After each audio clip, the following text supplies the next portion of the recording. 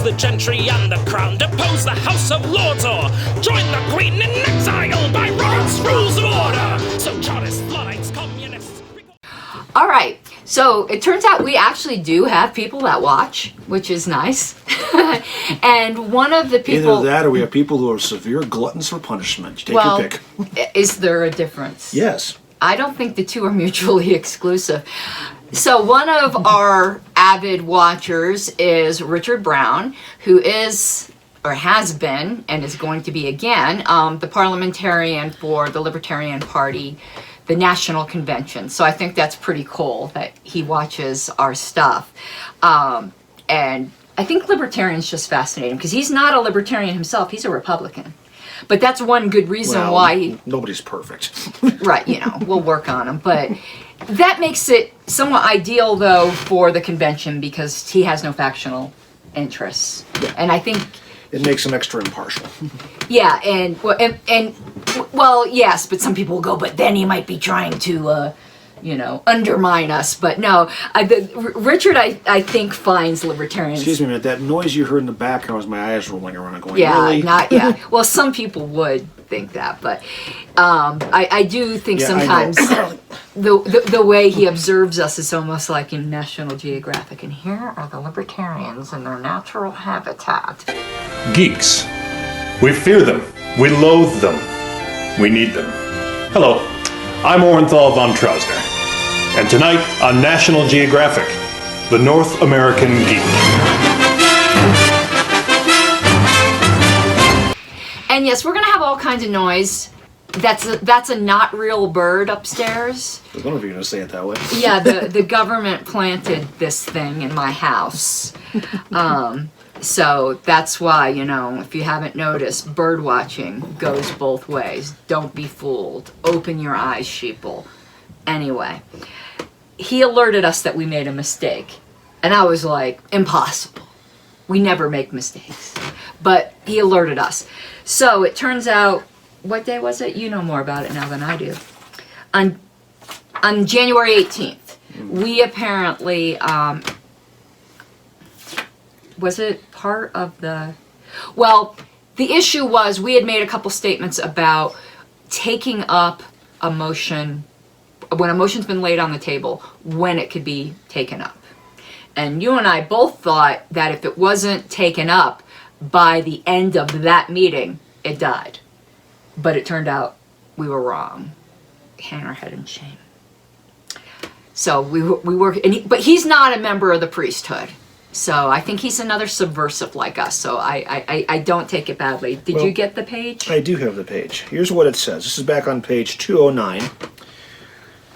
The motion to lay on the table enables the assembly to lay the pending question aside temporarily when something else of immediate urgency has arisen or when something else needs to be addressed before consideration of the pending question is resumed. In a way that, second bullet, but until the expiration of time limits explained on page 214, its consideration can be resumed at the will of a majority in preference to any new questions that may be then competing for consideration. So, we go over to 214, and it says, effects of a motion are as follows. It lays on the table, placed on the table, that is in the care of the secretary, depending, which means you're in trouble. Whoa, in the care of the secretary. I hope it's not She like can't a even house find, plant. or a microphone ball, yeah. Or anything, but like if it's anything like a plant, it's dying. The pending question and everything adhering to it, thus if a resolution with a proposed amendment and motion to commit are pending and the resolution is laid on the table, all the questions go to the table at the same time. If taken from the table, all return together. Okay, so Line 19. yeah, here we go. In cases where in which the next regular business session will be held before a quarterly time interval has elapsed, a question, see page 89 and 90, a question laid on the table remains there until taken from the table or until the close of the next regular session. If not taken up by that time, the question dies. In cases in which the elapsed time between the regular business sessions is greater than a quarterly time interval, A question laid on the table can remain there only until the end of the current session, and unless taken from the table earlier, the matter dies at the close of that session. So basically, we had said it dies at the end of that meeting, but that would not be true if there's another regularly scheduled, not specially scheduled, but regularly scheduled meeting within the following quarter.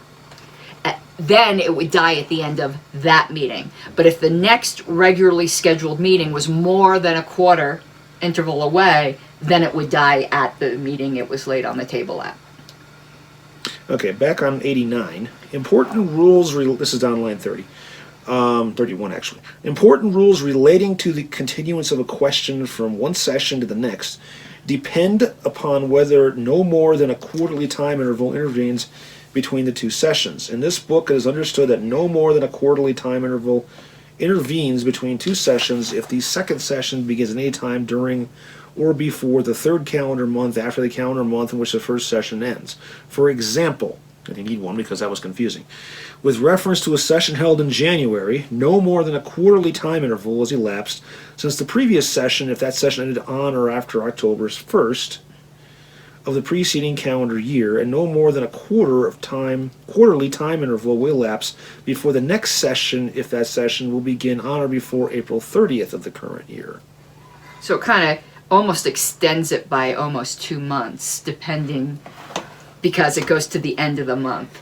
So depending on where the meeting falls, it actually could almost be 5 months. And this is an area where I think what the super dorks at Roberts need to take a good look at this for the next edition and fix it, because it really shouldn't be set to a quarterly time interval, and rather it should be a regular periodic interval as set by the organization instead.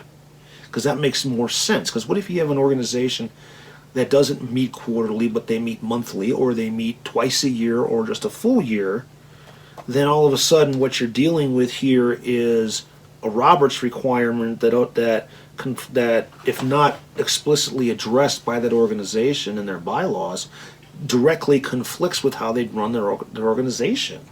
I don't see it that way. I think it's just saying, it's just giving a reasonable lifespan. So if you meet monthly, fine. And if you meet twice a year, well then... If you meet twice a year, then anything laid on the table dies at that meeting. Right. Right. I think it's just giving a reason. They, for some reason, consider quarterly a reasonable lifespan. I don't know why they chose that. I was actually going to say something different. I don't like the term quarterly because, again, we just saw how it could be almost nearly 5 months. Mm-hmm. Why not 90 calendar days? Yeah. And that's easy to calculate, and you're not doing this, well, the end of this month, and you know, Mm-hmm. 90 and it's easy for everyone to understand. Now that, I would... Yeah, because you know. Quarterly on a calendar can vary, because let's face it, 365 does not divide by 4 even. I'd even be fine with... Even with a leap year, it doesn't divide within 100, whatever, but I would prefer a specified number of days, rather than this chunk known as the quarter. But like I said, I think it should be left at the periodic discretion of the organization, because a lot of organizations are not even going to be aware this exists in there, and it's going to wind up being, well, what do you mean we can't pick it up? Well, we can. Well, we can. No, we can. Yes, we can. Then they go running into Roberts, and it's like, oh, gosh, we got to fix the bylaws to do this. Well, Libertarians will probably be aware because, you know, well, the ones that are actually watching this broadcast will be now. They will be now. And when we messed up, we will do this. I can tell you, I've been to a lot of conventions. Not gavel yet. Grab yours.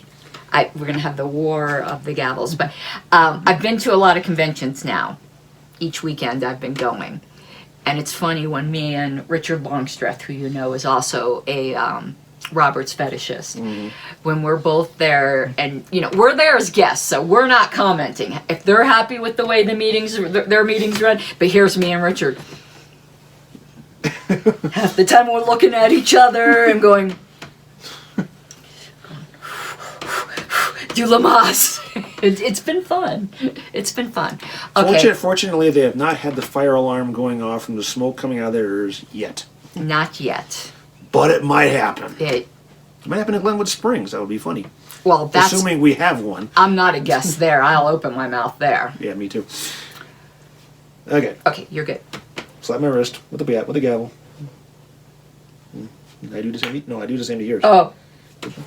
There. Bam, All right, we're done with the errata.